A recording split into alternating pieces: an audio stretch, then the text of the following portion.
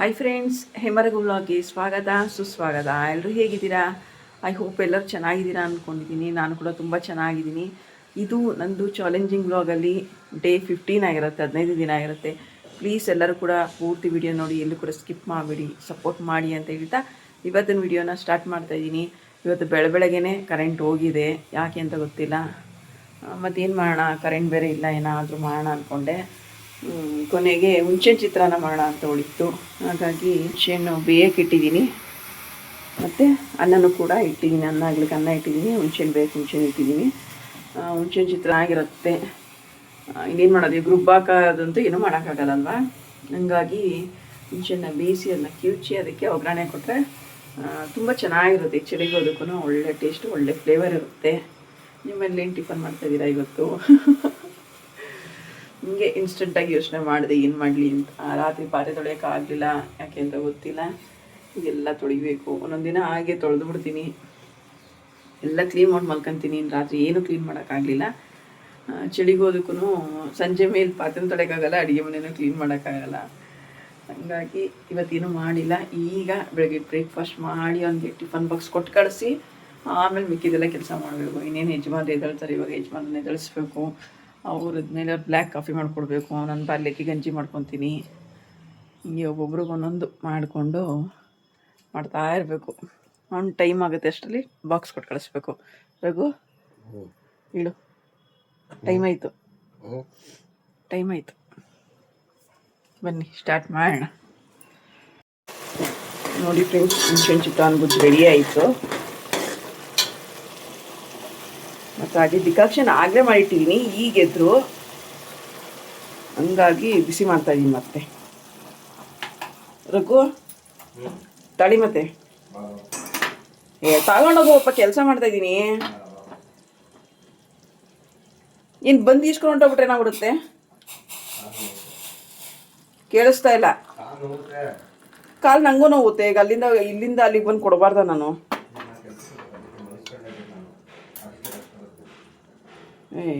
Rest ತಗೋ ಬೇಡ ಅನ್ನಲ್ಲ. ಈಗ ಬೆಳಗ್ಗೆ ಟೈಮು ನನಗೆ ಫ್ರೀ ಇಲ್ಲ ಅಂದಾಗ ಬಂದಿಸ್ಕೊಂಡು ಹೋಗೋಕ್ಕಾಗಲ್ವಾ? ಓ ಏನಿದು, ಇದೇನಿದು ಹೊಸ ಸ್ಟೈಲು? ಹಿಂಗೆ ಕುತ್ಕೊಂಡು ರೆಸ್ಟ್ ತಗೊಳ್ಳೋದಾ? ನಾವೆಲ್ಲಿ ಕುತ್ಕೊಳ್ಳೋಕ್ಕೂ ಆಗಲ್ಲ, ಏನೂ ಆಗಲ್ಲ, ಎದ್ದು ಓಡಿ ಬರಬೇಕಲ್ಲ. ತಗಪ್ಪ ಆಯಿತು.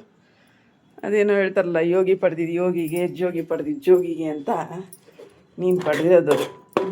ಓಕೆ ಬನ್ನಿ, ಟೈಮ್ ಆಗುತ್ತೆ, ನಾನು ಬಾಕ್ಸ್ ರೆಡಿ ಮಾಡ್ತೀನಿ. ನೋಡಿ, ಕೊತ್ತಂಬರಿ ಸೊಪ್ಪು ತೊಳಿಲಿಕ್ಕೆ ಅಂತ ಇಟ್ಟಿದ್ದೀನಿ, ಮರ್ತೇ ಹೋಯ್ತು.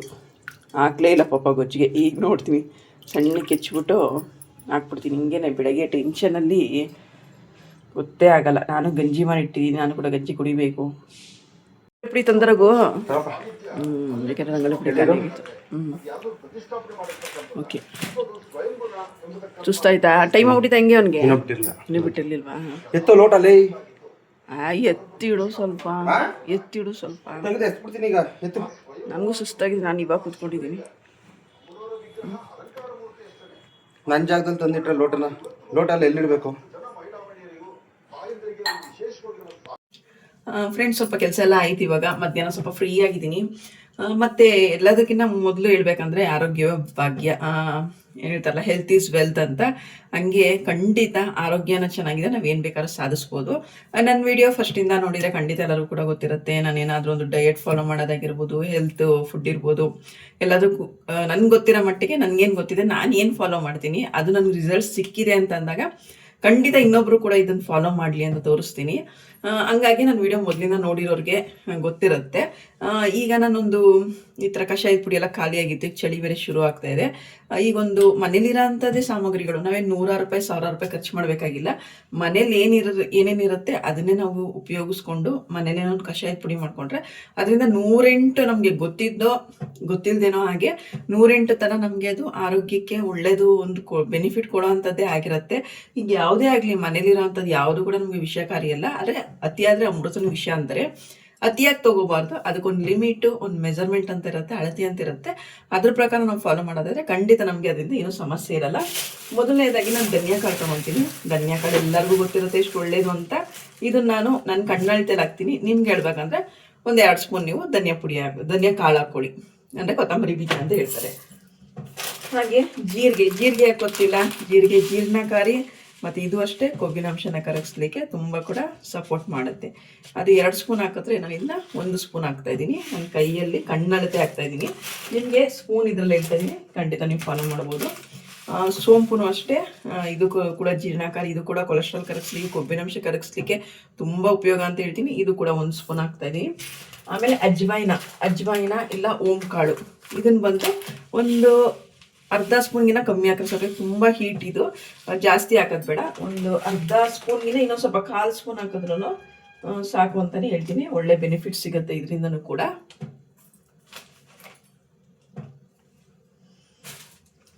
ಮತ್ತು ಇದು ಬಂದು ಜಾಪತ್ರೆ, ಪಲಾವ್ಗೆಲ್ಲ ಹಾಕ್ತೀವಿ ನೋಡಿ ಜಾಪತ್ರೆ. ಇದು ಅಷ್ಟೇ ತುಂಬ ಹೀಟ್ ಇರುತ್ತೆ ಮತ್ತು ದೇಹಕ್ಕೆ ಒಳ್ಳೆ ಇದು ಕೊಡುತ್ತೆ, ಕೊಬ್ಬಿನಾಂಶ ಕರಗಿಸ್ಲಿಕ್ಕೆ ತುಂಬ ಸುಲಭ ಆಗುತ್ತೆ. ಎರಡು ದಳನ ನಾನು ನೋಡಿ, 1-2 ದಳನ ಚೂರು ಮಾಡ್ಕೊತಾ ಇದ್ದೀನಿ. ಜಾಸ್ತಿ ಹಾಕ್ಬಾರ್ದಿದ್ದಲ್ಲ, 2 ದಳ ಹಾಕಿದ್ರೆ ನಮಗೆ ಬೇಕಾದಷ್ಟು ಅಂತಲೇ ಹೇಳ್ತೀನಿ. ಆಮೇಲೆ ಮೆಣಸು ಜಾಸ್ತಿ ಬೇಡ, ಒಂದು ಅರ್ಧ ಸ್ಪೂನು ಮೆಣಸು ಹಾಕ್ಕೊಡಿ. ನೆಕ್ಸ್ಟ್ ಚಕ್ಕೆ ನಮ್ಗೆ ಗೊತ್ತೇ ಇರಲ್ಲ, ಮಸಾಲೆ ಪದಾರ್ಥ ಅಂತ ತಂದು ಇಟ್ಕೊಂಡಿರ್ತೀವಿ. ಬಟ್ ಇದು ಏನು ಅನುಕೂಲ, ಏನು ಉಪಯೋಗ ಅಂತಲೇ ಖಂಡಿತ ನಮ್ಗೆ ಗೊತ್ತಿರಲ್ಲ. ಇದನ್ನು ಒಂದಿಷ್ಟುದ ತೊಗೊಂಡಿದ್ದೀನಿ. ಇದನ್ನು ನಾನು ಪೀಸ್ ಮಾಡಿ ಹಾಕೊತಾ ಇದ್ದೀನಿ. ಇದನ್ನ ಉರಿಯೋದು ಬೇಡ, ಕರಿಯೋದು ಬೇಡ, ಏನೂ ಮಾಡೋದು ಬೇಡ. ಜಸ್ಟ್ ಮಿಕ್ಸಿ ಜಾರ್ಗೆ ಹಾಕಿ ಪುಡಿ ಮಾಡೋದು ತೋರಿಸ್ಕೊಡ್ತೀನಿ ರೀ. ಇದನ್ನು ನೀವೇ ನೋಡ್ತಾ ಇರ್ಬೋದು. ನಾನು ಡ್ರೈ ರೋಸ್ಟ್ ಆಗಲಿ ಎಣ್ಣೆ ಹಾಕಿರೋಷ್ಟು ಏನೂ ಮಾಡಿಲ್ಲ. ಜಸ್ಟ್ 2 ಸ್ಪೂನ್ ಧನಿಯಕ್ಕೆ, 1 ಸ್ಪೂನ್ ಜೀರಿಗೆ, 1 ಸ್ಪೂನ್ ಸೋಂಪು ಮತ್ತು 1/4 ಸ್ಪೂನು ಅಜ್ವಾಯಿನ, ಒಂದು ಅರ್ಧ ಸ್ಪೂನ್ ಮೆಣಸು, ಆಮೇಲೆ ಚಕ್ಕೆ, ಜಾಪತ್ರೆ ಇಷ್ಟನ್ನು ಹಾಕಿ, ಒಣಶುಂಠಿ ಇದ್ದರೆ ನೀವು ಒಣಶುಂಠಿ ಹಾಕೋಬೋದು. ಒಣಶುಂಠಿ ಇಲ್ಲ ಅಂತ ಪಕ್ಷದಲ್ಲಿ ಹಸಿ ಶುಂಠಿನೇ ಕಷಾಯ ಮಾಡ್ಬೇಕಾದ್ರೆ ಜಜ್ಜಿ ಹಾಕೊಂಡ್ರು ಇದು. ಇಲ್ಲ ನಂಗೆ ಅದು ಬೇಡಪ್ಪ ಅಂತ ಹೇಳಿದ್ರೆ ನೀವು ಖಂಡಿತ ಈ ಪುಡಿನೇ ಹಾಕಿ ನಾನು ಕಷಾಯ ಮಾಡೋದು ಕೂಡ ಹೇಗೆ ಅಂತ ತೋರಿಸ್ತೀನಿ. ಇದನ್ನು ಪುಡಿ ಮಾಡ್ಕೊಂಬತ್ತೀನಿ ನೋಡಿ. ಪುಡಿ ಮಾಡಿದ್ದೀನಿ. ಇದೆಲ್ಲ ನಿಮಗೆ ಫೈನ್ ಪೌಡ್ರ್ ಹಾಕ್ಬೇಕನ್ನೋ ಅವಶ್ಯಕತೆ ಇಲ್ಲ, ತರಿ ಆದರೂ ಪರವಾಗಿಲ್ಲ. ಇನ್ನೊಂದೇನಪ್ಪ ಆ್ಯಡ್ ಮಾಡ್ತಾ ಇದ್ದೀನಿ ಅಂದರೆ ಇದಕ್ಕೆ ಎಸ್ಟಿಮದು ಅಂತ ಬರುತ್ತೆ. ನಿಮಗೆ ಎಲ್ಲ ಆಯುರ್ವೇದಿಕ್ ಶಾಪಲ್ಲಿ ಸಿಗುತ್ತೆ. ಇದು ಕೂಡ ನಿಮಗೆ ಹೊಟ್ಟೆಲಿ ಏನೇ ಸಮಸ್ಯೆ ಇರಲಿ, ಗ್ಯಾಸ್ಟ್ರಿಕ್ ಇರ್ಬೋದು, ಅಲ್ಸರ್ ಇರ್ಬೋದು, ಎಲ್ಲನೂ ಕೂಡ ಒಳ್ಳೆಯದಾಗುತ್ತೆ. ಇದ್ರ ಜೊತೆಗೆ ನಾನು ಈ ಥರ ತೊಗೊಂಡಾಗ ನನಗೆ ಗ್ಯಾಸ್ಟ್ರಿಕ್ ಆಗುತ್ತೆ ಅಂದರೆ ಇದನ್ನು 1-2 ಸ್ಪೂನ್ ಇನ್ಕ್ಲೂಡ್ ಮಾಡಿ ನಾವು ಕಷಾಯ ಮಾಡಿ ಕುಡಿಯೋದ್ರಿಂದ ಖಂಡಿತ ಇದು ಬ್ಯಾಲೆನ್ಸ್ ಮಾಡುತ್ತೆ ಅಂತಲೇ ಹೇಳ್ತೀನಿ ನೋಡಿ. ಇದನ್ನು ಕೂಡ ನಿಮಗೆ 1 ಸ್ಪೂನ್ ನಾನು ಆ್ಯಡ್ ಮಾಡ್ತಾಯಿದ್ದೀನಿ.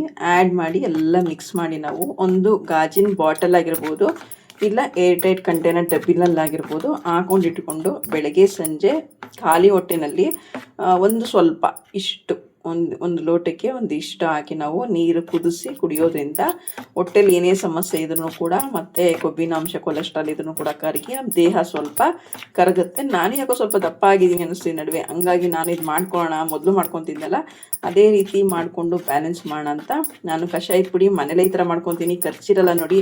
ಅಕಸ್ಮಾತ್ ನಿಮ್ಗೆ ಎಷ್ಟಿಮದು ತರೋಕ್ಕಾಗಲಿಲ್ಲ ಅಂದರೆ ಖಂಡಿತ ನೀವು ಇದನ್ನೇ ನಾನೇನು ಮೊದಲು ತೋರಿಸ್ದೆ ಇದನ್ನು ಕೂಡ ಫಾಲೋ ಮಾಡಿದ್ರೆ ಒಳ್ಳೆ ರಿಸಲ್ಟ್ ಸಿಗುತ್ತೆ. ಇದು ಸ್ವಲ್ಪ ದೇಹಕ್ಕೆ ತಂಪಿರುತ್ತೆ, ಅದು ಇಷ್ಟಿಮದು. ನಂಗೆ ಸ್ವಲ್ಪ ಗ್ಯಾಸ್ಟ್ರಿಕ್ ಪ್ರಾಬ್ಲಮ್ ಇರೋದ್ರಿಂದ ಇದನ್ನ ಹಾಕೊಂಡ್ರಿಂದ ಸ್ವಲ್ಪ ಬ್ಯಾಲೆನ್ಸ್ ಆಗುತ್ತೆ ಅಂತ ಮಾಡ್ಕೋತಾ ಇದ್ದೀನಿ ಅಷ್ಟೇ. ನಿಮ್ಗೆ ಏನಾದ್ರು ಇಂಟ್ರೆಸ್ಟ್ ಇದ್ದರೆ ಖಂಡಿತ ಇದನ್ನ ಕಷಾಯದ ಪುಡಿನ ಟ್ರೈ ಮಾಡಿ. ಇವತ್ತಿನ ವಿಡಿಯೋ ಇಷ್ಟೇ ಫ್ರೆಂಡ್ಸ್. ನಿಮಗೇನಾದ್ರು ಇಷ್ಟ ಆಗಿದರೆ ಶೇರು, ಲೈಕು, ಕಮೆಂಟ್ ಮಾಡಿ. ತುಂಬ ಏನಾದ್ರು ಇಷ್ಟ ಆಗಿದರೆ ಒಂದು ಸಬ್ಸ್ಕ್ರೈಬ್ ಮಾಡಿ ಅಂತ ಹೇಳ್ತಾ, ಹಾಗೆ ಸಪೋರ್ಟ್ ಮಾಡಿ ಅಂತ ಹೇಳ್ತಾ ಇವತ್ತಿನ ವಿಡಿಯೋ ಎಂಡ್ ಮಾಡ್ತಾಯಿದ್ದೀನಿ. Thank you. Bye friends.